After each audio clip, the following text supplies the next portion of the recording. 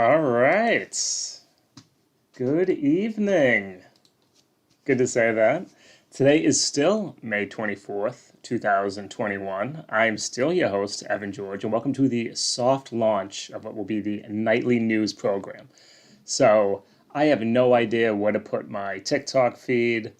So, people over there, that's why I'm looking this way. If you watch me on this way, one of the 2 or 3 people that have seen the alert, I'm going to look at you for most of this, and how this is going to go is I have some local news stuff to go through, one national, international story, and then depending on my mood, we're going to actually get to some video.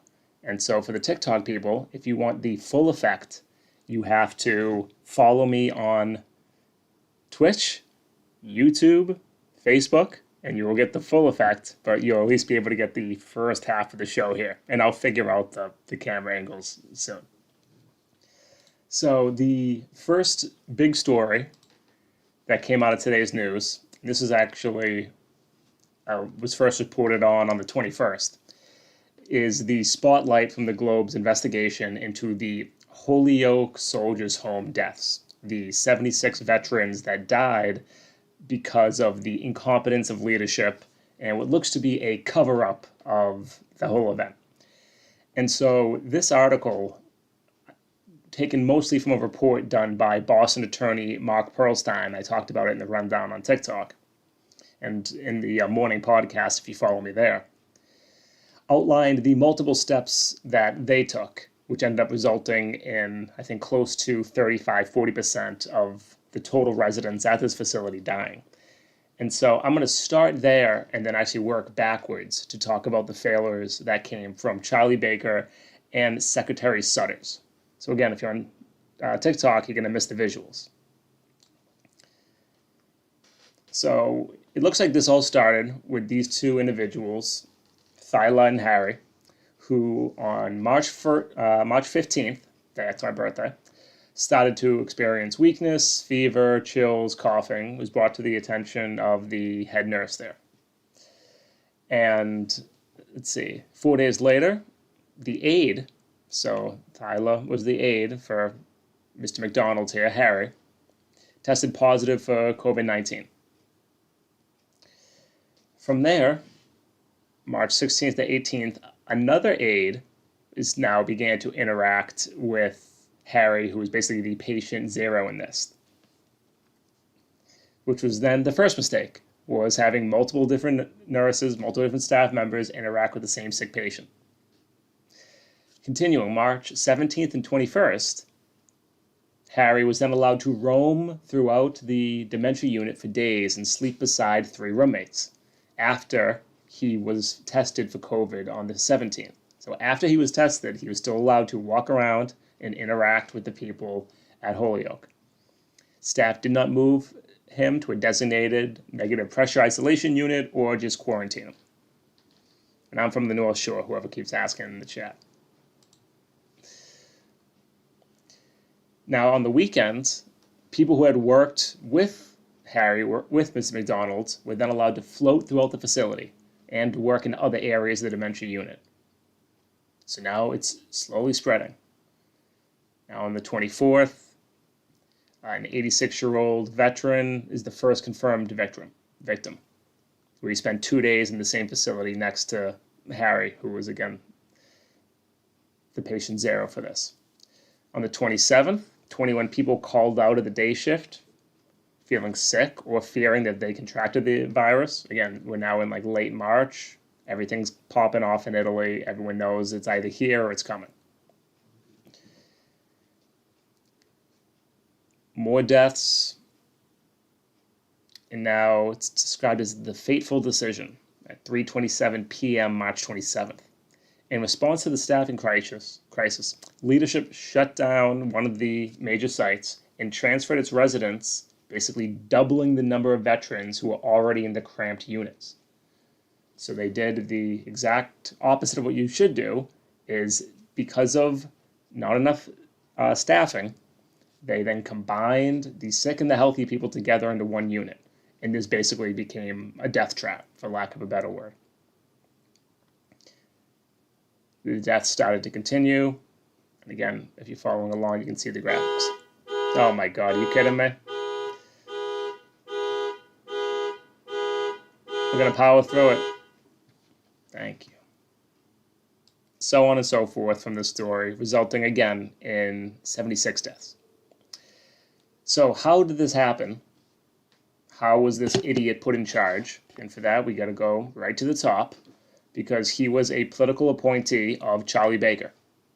So that's the first step. And who this guy is just seems to be a complete meathead. So he had no experience in health services, no experience in health management. He was a soldier who in Iraq forgot to grab his weapon before heading off into battle, which, as I commented on the podcast, thank God, because that probably saved some people's lives. He was constantly yelling at his staff. They would say he would whine like a toddler, so much to the point that he eventually had to bring into his supervisor's office the Secretary of Health and Human Services, Sutters, who put him on like an anger management program rather than getting this clear idiot the hell out of there. And despite countless, we'll call them violations, we'll call them alerts, she did not fire him, kept him in charge. Again, this kid who was just connected to a wealthy family in Springfield. Let me see if I can bring that up. Just direct quote pops out at me. This was an inside baseball move. You know and I know there was a reason why Bennett got in here. Continuing. It was a political appointment. Bennett's family is very well connected in Springfield. There were a lot of people pushing for Bennett to get this position who were hosting fundraisers for the governor that year. And the reason this was such a coveted position, besides having a salary of $124,000, is that the Holyoke home, I'm trying to do some quick math, 75, call it 400 beds, is incredibly affordable. I'm going to see if I can find the exact payment structure, but it's like 10% of how much a normal nursing home would cost. And so if you control a nursing home for people who, again, we read about a dementia unit, elder care, this is highly expensive because of just how we've prioritized healthcare in this country. And you're controlling a massive ward, a massive hospital wing that has 10%, 10 cents on the dollar beds, you're going to be able to attract a lot of people who want to get in your good graces. And it sounds like in other points in this article, he was pressuring some of the staffers to move some people up the line, move some people down the line. I'm looking to see if I can find, with the price tag typically topping out at $30 a day, less than 10% of the average cost of a private Massachusetts nursing home, Holyoke's beds were coveted. By admissions, were supposed to be free from political pressure. However, Walsh, Bennett, not Marty, sometimes ordered shortcuts to favored applicants, current and former staff. I didn't go there to work for a crazy person, says one person who retired because of this guy's leadership. And now the actual parts of the cover-up from that timeline that I first went over, to me, that still seems vague. I mean, if anything, he absolutely was just not acting how every person at the time knew you were supposed to be acting, and perhaps was just hoping that no one would notice 75 people dying, or 76 people dying under his watch. There's even one case of somebody who was reprimanded because they were wearing a mask. So he's being, if not criminally, civilly charged for just negligent homicide, I guess, or negligence at the very minimum. Yeah, so Baker ordered the state of emergency on March 10th. Most of that timeline that I gave you was about 2 weeks after that. After that, this is funny. Well, they held a 50th birthday party for Bennett Walsh at the Fifth Room Conference Room after the state of emergency, where they wore elf-style masks, like from the movie Elf, with his face on it.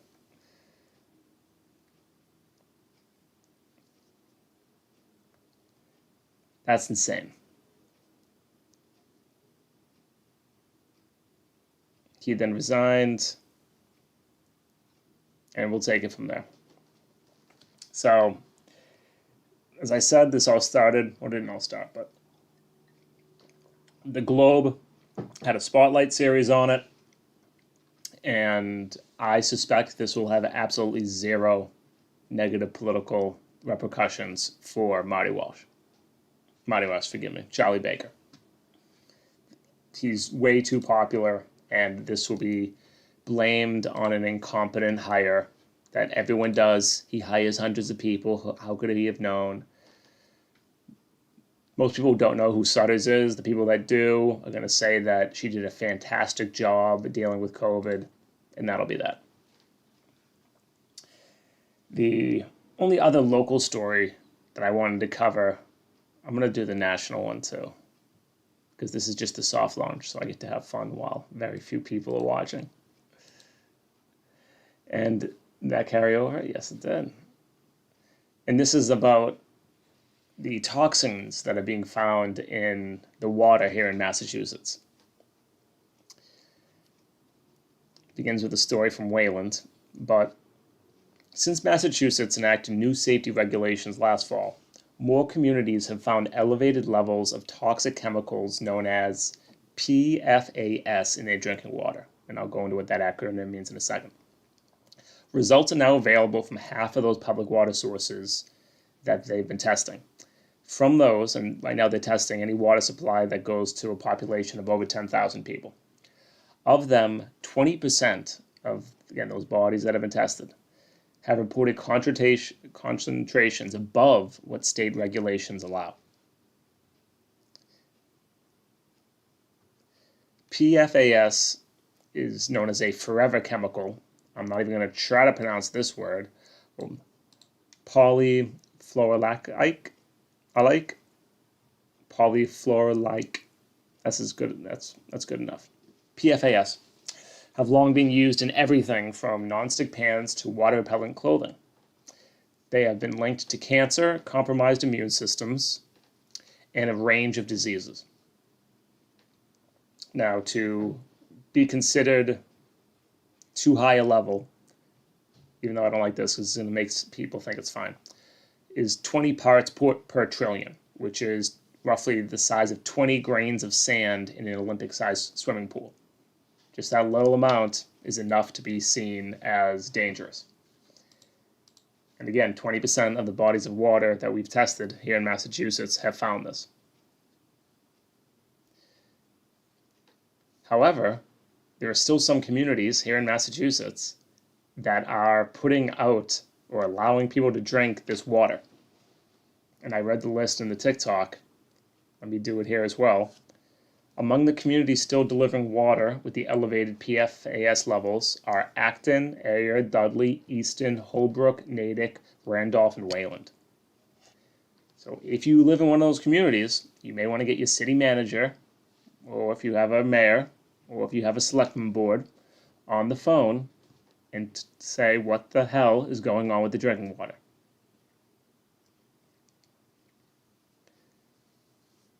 Because that's part of the scary stuff, is when this has been happening here in Boston, it's been happening across Massachusetts, we just went over, it's been happening across the country, everyone most notably knows Flint.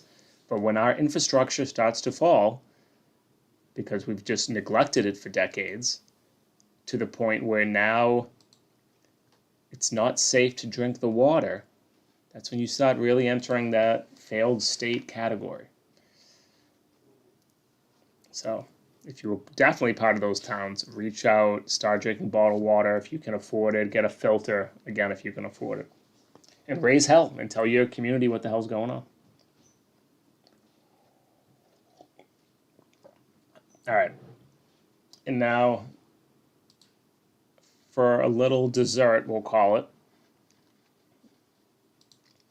Because this I saw this morning, and I've had 3 friends message me about it, so let's just quickly talk about it.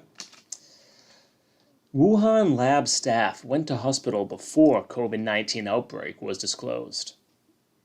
Now, this is the specific article I'm reading is insignificant, but the Wall Street Journal on Sunday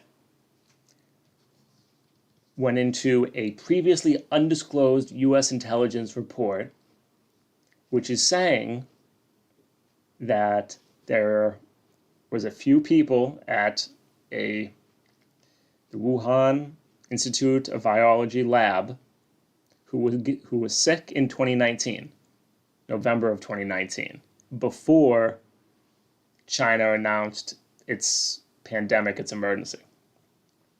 Now, this is all part of a growing, as they say here, a growing body of evidence that supports the lab theory.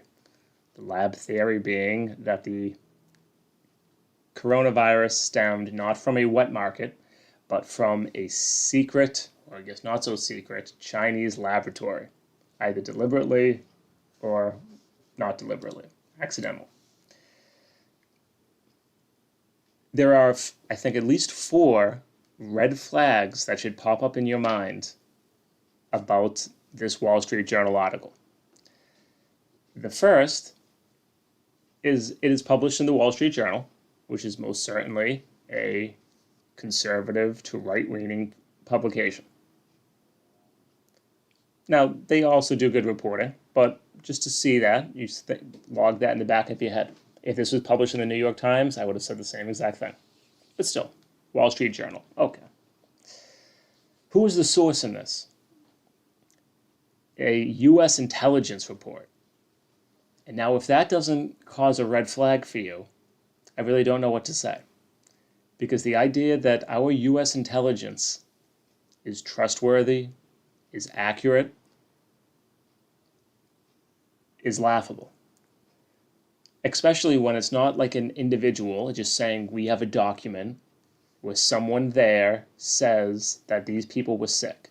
And even within the document, it does not say that there's proof that these people were sick with COVID, just that there were people at the lab who were sick. So we have Wall Street Journal. We have an undisclosed U.S. intelligence report, which is laughable, if that is your one and only source. The third is the timing. This is being released ahead of the WHO convening to decide what they should do in continuing an investigation into this outbreak. Because the WHO and, I'm going to say China, even though I don't know what exact agency they did it with, did a joint study in March that basically said it is highly, highly, highly, highly, highly improbable, unlikely that the virus escaped from a lab, and it is much more likely, mostly because we've seen it happen before, that this stemmed from a wet market. A wet market is where animals, sometimes still alive, sometimes dead, that normally do not engage with each other in the larger ecosystem are brought together at a market. And because these animals, which again are not used to encountering one another, can sometimes spread diseases to each other, which they're not used to having, and they then come into contact with a human. Normally a pig seems to be like the intermediate or the gateway animal.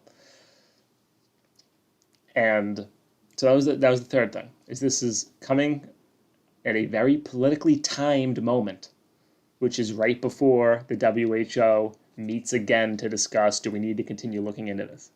So we have Wall Street Journal, conservative publication. We have their only source being a unknown and unnamed U.S. intelligence report.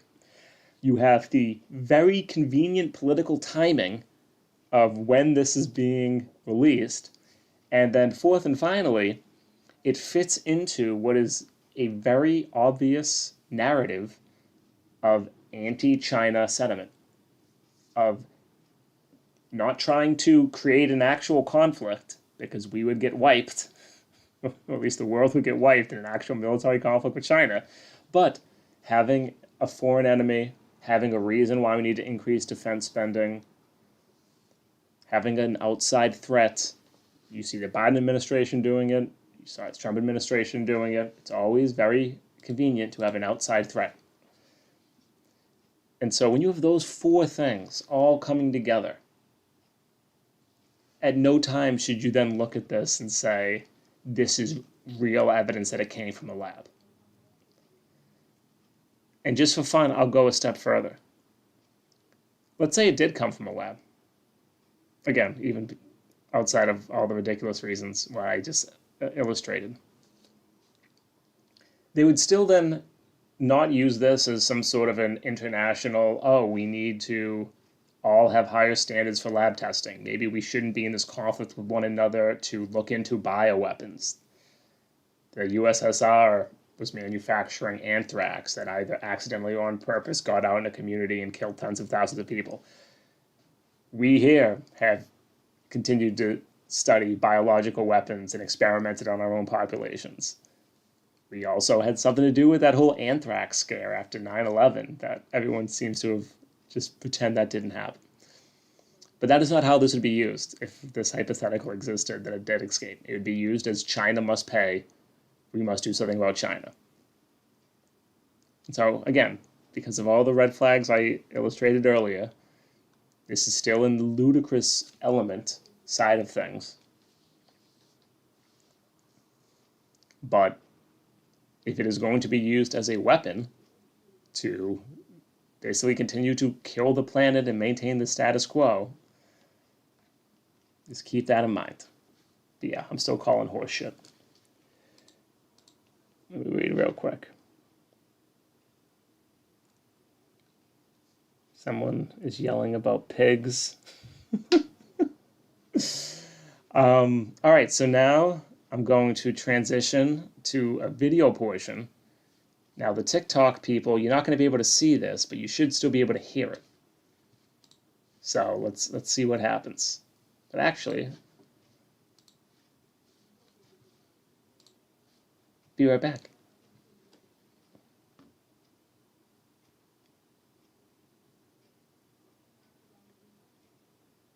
Okay, you can watch me do this.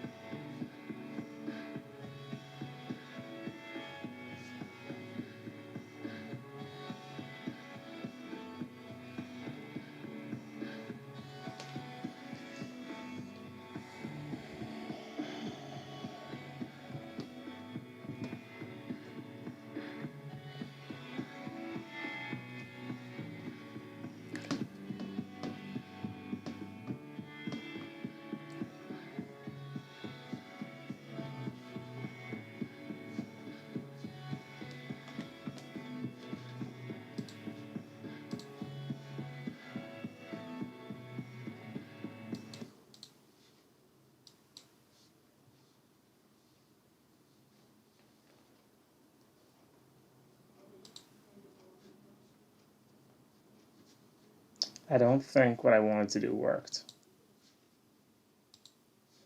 No, it did not, but that's okay. That's why we're in soft launch, people. Give me 1 second.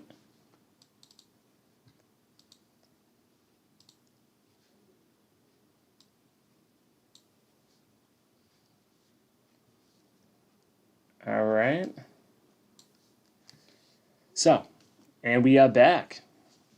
Music by my good friend Ryan Scally. Thank you to him, Mirror Cult. And what we have here, the Boston Mayoral Candidate Forum on Energy and the Environment, which happened earlier today. I sped through the first half. We're not going to get through all the segments I wanted to. That's okay. But first, we're going to start off with some funny stuff, just for fun. This whole forum is worth watching. Obviously, I can't do that for a live show, but so they're right now going around talking about everyone's climate policy. And now listen to John Santiago get his question. All of us, that the community, that residents, particularly those who are deeply, deeply impacted, and that means poor communities of color in particular, are at the table and have a front seat to this work, and that they are driving the agenda. That is the work that is already underway as Mayor of Boston, and I look forward to continuing to work with residents and advocates in this space moving forward. Thank you again. Thank you. Rep. Santiago. Thank you, David. And, I didn't get the right timing. That happens. Hosting this important forum. As someone who grew up in underserved neighborhoods and who still provides medical care for patients who have fallen victim to the public health consequences. Questions. You'll each have 1 minute to respond. Mayor Janey, the Green Ribbon Commission calls for the city to cut 50% of its emissions by the end of this decade. How far along are we now? And can you guarantee as mayor that we'll achieve that goal? And if so, how would we do that? We have to continue to reduce our carbon footprint, make sure that we are building our capacity in terms of renewable energy, and we have to make sure that we are moving many more. I don't want my kids, I don't want any of our new climate law calls for. You've also, thank you.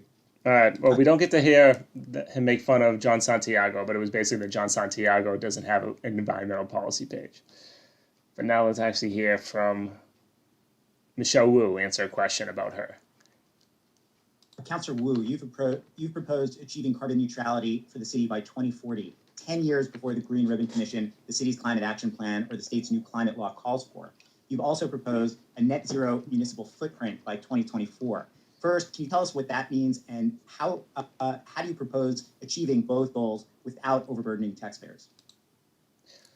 Before we listen to Michelle's response to that, listen to the entire framing of that question.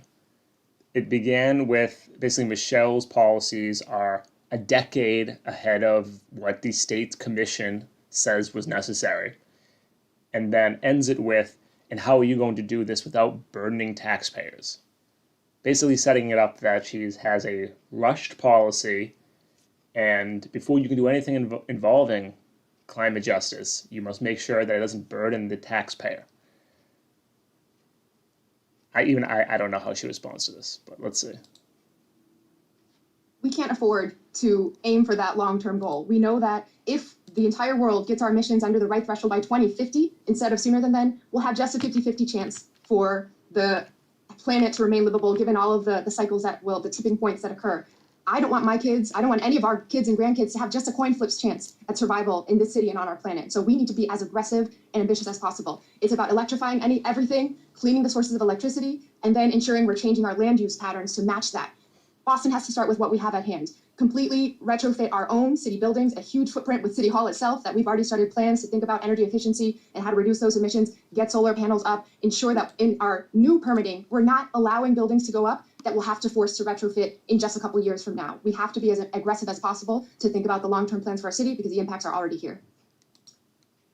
All right, that was actually, that was pretty good. I wish she hit harder the main point, which is that all of this saves us money.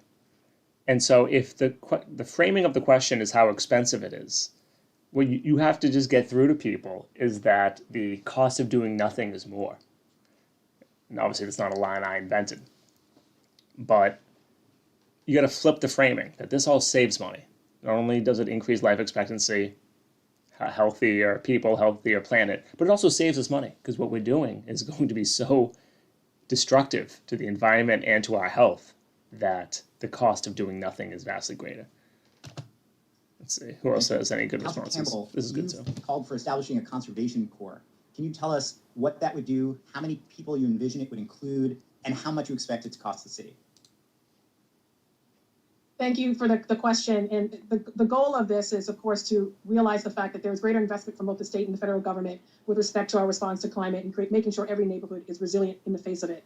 And making sure that, of course, jobs and other things are available, particularly in our environmentally injustice communities. So the Conservation Corps is an idea of being able to actually bring together folks, and there's still time to figure out what the investment would be. And frankly, we should have all the investment that is necessary, but bringing together folks with the hopes of not only creating jobs, but also looking at the metrics we use to track some of these environmental injustices in communities, air pollution, lead, and responding with solutions that combat it. And so how do we respond? By creating jobs, creating opportunity, making sure that communities, particularly communities of color, are included in the conversation. This is designed to be inclusive and one strategy to get us there.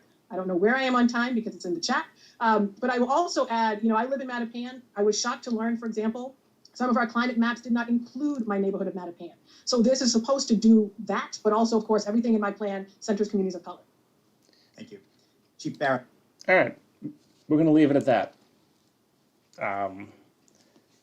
There's definitely some more to this that I'll probably play tomorrow, but outside of minor tech difficulties, I now have to go back to see if any of this got recorded or saved. So thank you to the people that came on for the fun experimental elements of this soft launch. But yeah, I'm excited to try to do a nightly show, and we'll see if people like it. If not, I'm probably going to do it anyway. But thank you for listening and taking part. If you have any notes, send them my way. The TikTok people, if you have any comments, concerns, send them my way. Tomorrow, I'll do a little bit more of a Q&A part. So for the TikTok people, I know you're used to that. You can come by tomorrow, some point between 9 and 10, and maybe I'll game a little bit too. I'm going to try not to do both simultaneously. And for the Facebook, YouTube, Twitch people, thank you.